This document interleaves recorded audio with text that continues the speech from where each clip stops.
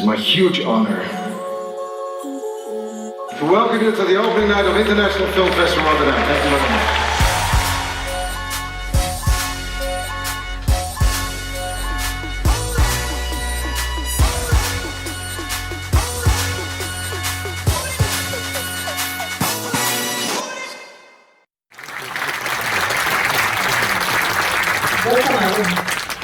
So always glad to be here, Radha.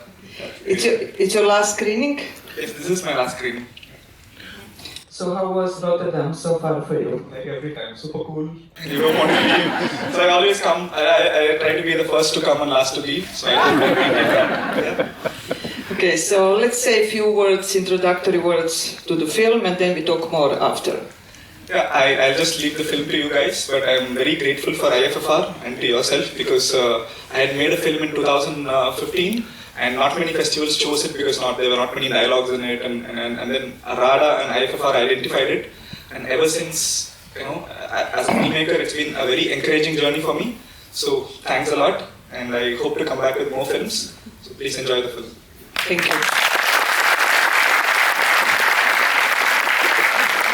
It is really remarkable. You said in one interview that you went to live there in order to research and to understand the way how people live. Can you a little bit elaborate on your approach? Yeah, I come from Coimbatore, which is a southern city in the state of Tamil Nadu. So this film is shot in my own city. So I live around 15 to 20 kilometers away from the city, near a village. And when I decided that I would make this film, I thought I knew that those streets where the film is set, it's a completely Muslim neighborhood, and before 20 years there has been a bomb blast in this place. It's a very volatile place like that, and you cannot just show up and make a film there.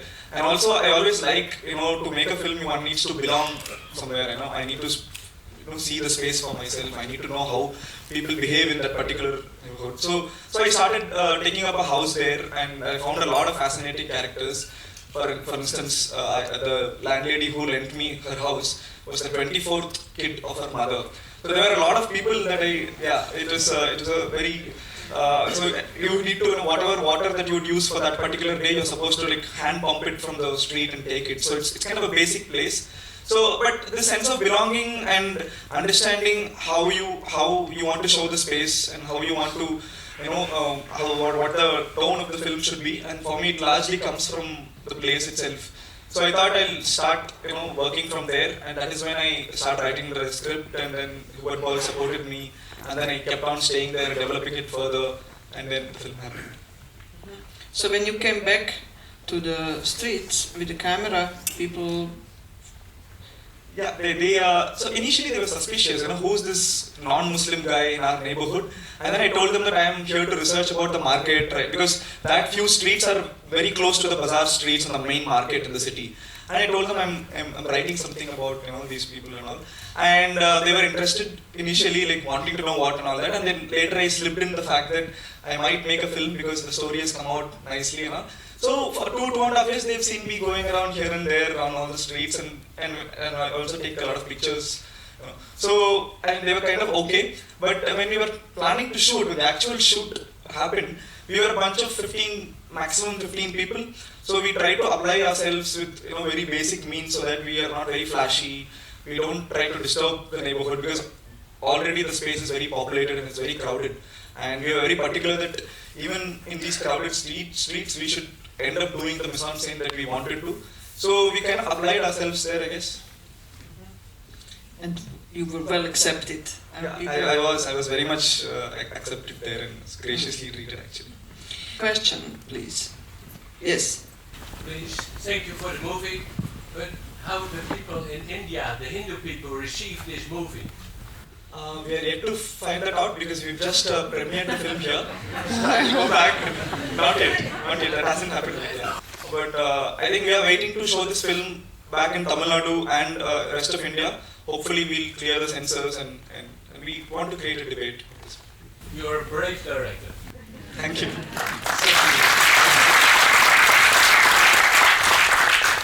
Some more questions maybe? Yes, please. I'll give you a microphone because you are here. Hi, Arun, can you tell us about the lead character, Nasir? Where do you find the actor and about the casting process? heard it's very interesting. For around 1.5 years, I hadn't found my protagonist, and I was like searching, and because this is a film where the protagonist is absolutely important. So, and then one of my friend told, "Have you tried Kumaran?" And I was like, "I've heard his name. He's a theatre director, but I haven't seen him." And then I googled his name up, and then his image popped out, and I just realized that this is NASIR with his nose and forehead. And then I found out that, and I went to meet him, and he was a very simple man, which struck me immediately, and I thought I have my character. And later on, when I got to read more about him, I understood that he is a professor in particle physics in Marseille, and he has written, he's translated Baudelaire and Victor Hugo from direct French to my language, Tamil, and he never, told me about these things. So these qualities I really liked, and I thought he would actually fit my character. And all the other smaller characters, we had auditions in Chennai, Tamil Nadu, and Coimbatore. Chennai, Madurai, and Coimbatore. So in all these three cities, we tried to find people who are not proper actors, but might fit into our film. So that's how we casted. We tried to find people who not acted before, but at the same time have the face and the charisma, the character that we are looking for.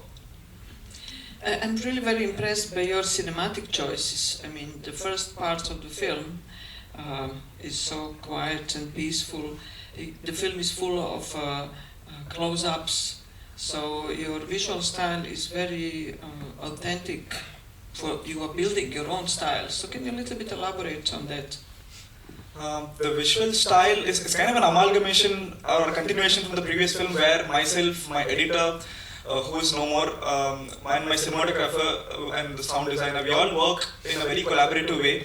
And we generally talk a lot before, when we are imagining the film. So we exchange mails because all of us are in different parts of India. So we talk a lot about, for instance, for this film, we spoke a lot about how to create the inner world of NASIR, because it's a realistic film, and you have to displace him from the outer reality and create a cinematic reality or a world of NASIR. And how do you do that? And we were talking about Dury, and we were talking about perspectives and the right texture of colors, and how do you transfix the ephemeral. So, and then you start working towards it, and when you have a very collaborative and exciting crew, I think you always find new ways to express things. And the short story itself was a big inspiration because it was written with a very interesting literary device, second person. So when you're reading the short story, you're already reading, you are as of now sleeping, you get up and go to the next room and such. But I wanted to try what would be the cinematic equivalent of such a technique. You can't shoot point of view all the time. So you have to create this closeness with the character, with this intimacy, and also this ordinariness. So we took a lot of time to understand how to create ordinariness, because this character is an ordinary character, and we didn't want to make a hero out of him. And I think through these ideas that the visual style kind of emerged. Some question maybe now?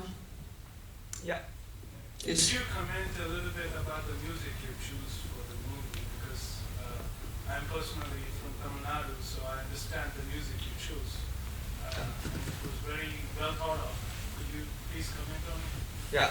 So there are three music tracks or points in the film where music comes. The first one is by our local composer, Ilayaraja, which we are very used to hearing, in every household morning. It's very romantic, Ilayaraja song plays. So I had it for that. And then there is this ghazal song that comes by Begum Akhtar.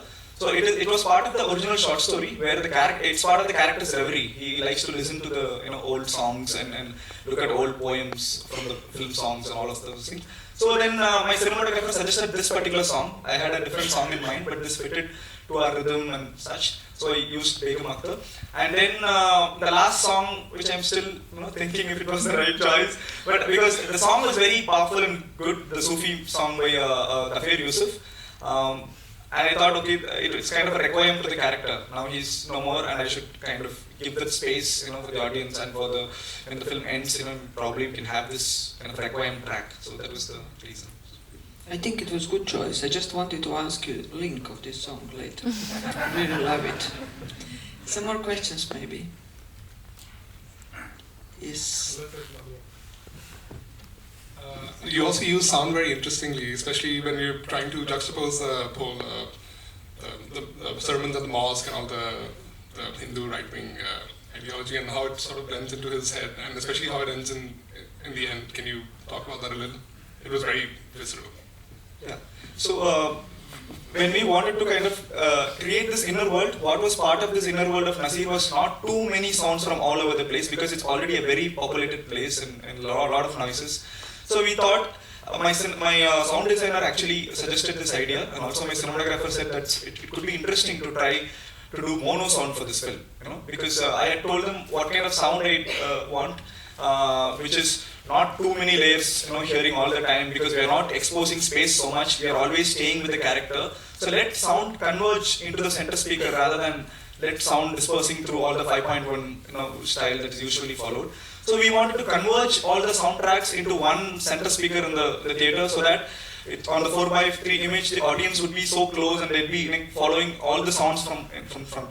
So I think that choice has given us an interesting way to work with sounds, where designing in a 5.1 atmosphere and designing for a mono format is very different, where you almost feel like you're composing, when you're doing a mono format, how you put the ambience and how you're going to mix it and the bandwidth, in the format. So it was interesting for us to, try that, and I hope it worked. Some more questions, maybe? Okay. Yeah. Please, one more to the producer. Would you like to sell it to Netflix? After we exhibit the film in festivals and try and get a theatrical release, we would definitely want to release on a VOD platform like Netflix, or whoever gives us a good price. Okay, that's a good plan.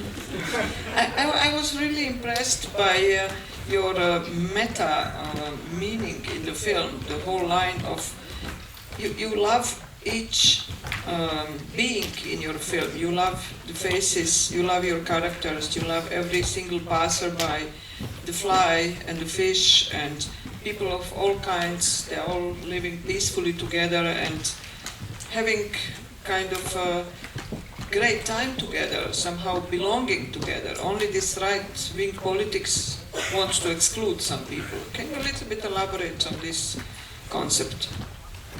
I think it comes out of the direct collaboration with my cinematographer, who also has a very key eye on details. And since he has a strong background in documentary and he's shot very interesting fiction films, I think we have a very good understanding. He totally gets what I want to say, and he keeps on correcting me when I do things a little overboard. And another thing is, we were not obviously going for pretty pictures. We wanted to, and also we don't like symbolism. We don't try to symbolize an image with something. We're just looking at some nice rhythms within, and then details which would be part of the character's memory, and images which you would probably remember. So it is from these cues that we work with. Amazing. Question maybe? Yes, please, gentlemen. How did you teach yourself? Watching films, talking films, and making films, I guess. Doing all these. Investing whole life in films. So actually, I think internet. I was very much convinced that one doesn't necessarily have to go to a film school to learn filmmaking. I think it was in the year 2010 I started making my first short film. I was 17 then, and it's 10 years now. I'm 27 now. I think I'm in a good place because I've met interesting filmmakers. I've come to Rotterdam 4-5 times now already, and met so many filmmakers. And watching all these films and constantly trying to engage with a certain community, it shapes your perception. So, certainly, you are at a good place in Rotterdam. Yes. Ladies and gentlemen, Arun Karthik.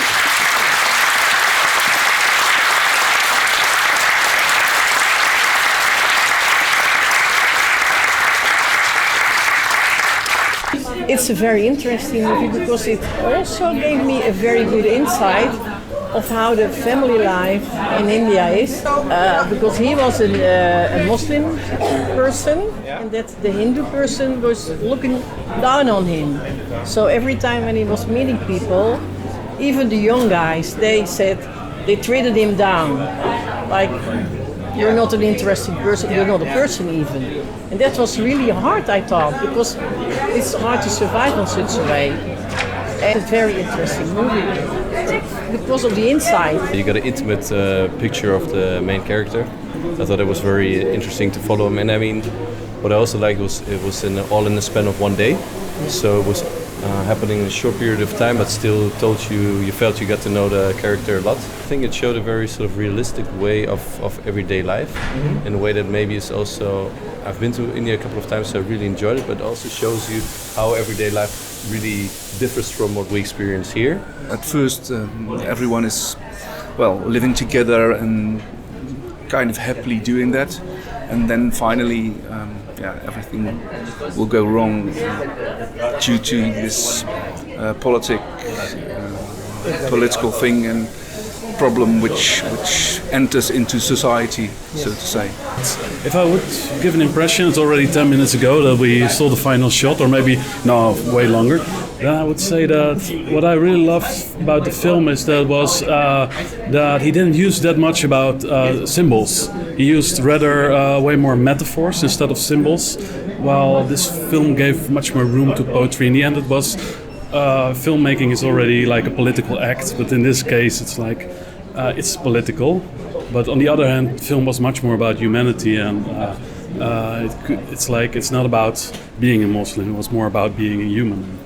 And that's something which really stood out from the film. I think all the movements and all the cinematography was well thought out and not, I don't know, it's hard to say what it was exactly, but it really felt like a meditation on and also the rhythm on the narrative. So of course it's really nice to bring such a film from India to here that we can.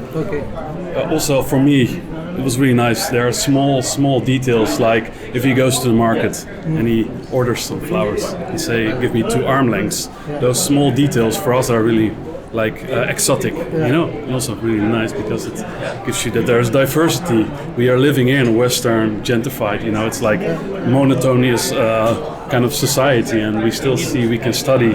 So that's sad for us. It's really nice to see. But then showing this film in India is a whole different topic, isn't it? Of course, it's not. I think the filmmaker that is very, very best to not make it a political film. Well, it is political, blah blah blah, because of Muslims, etc. But still, if you would see this film, there's no references or no negativism about, or no how would you say it? There's no polarization.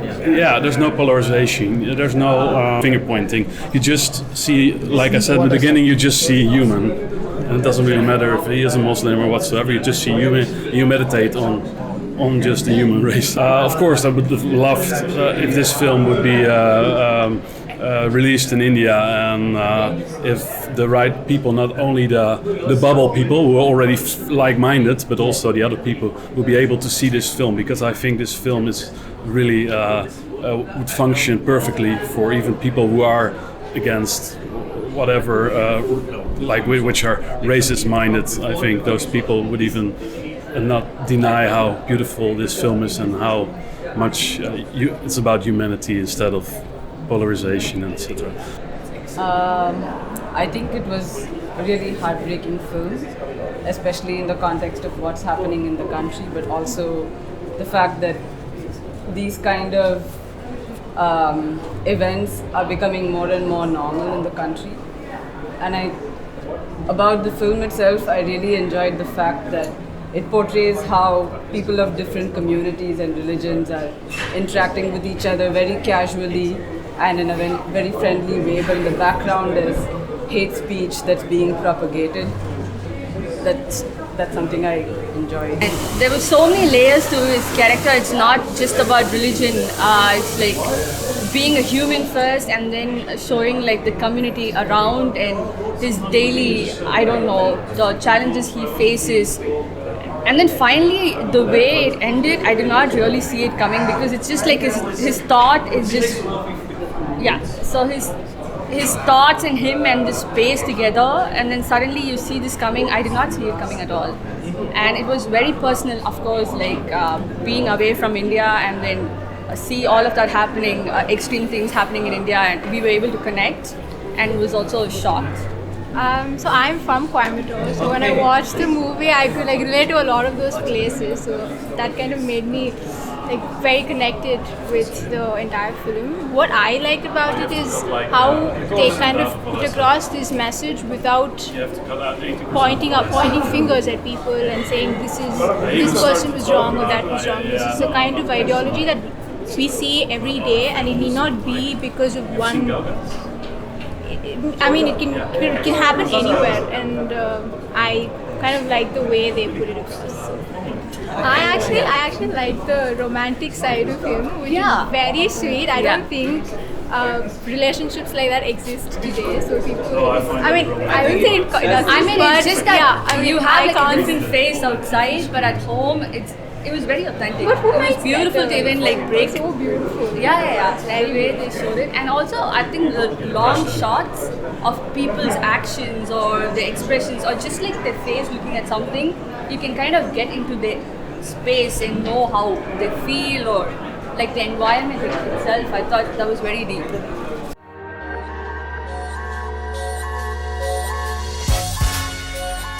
Been bragging about the Rotterdam audience all over the world because you make this festival. Thank you very much. You're welcome.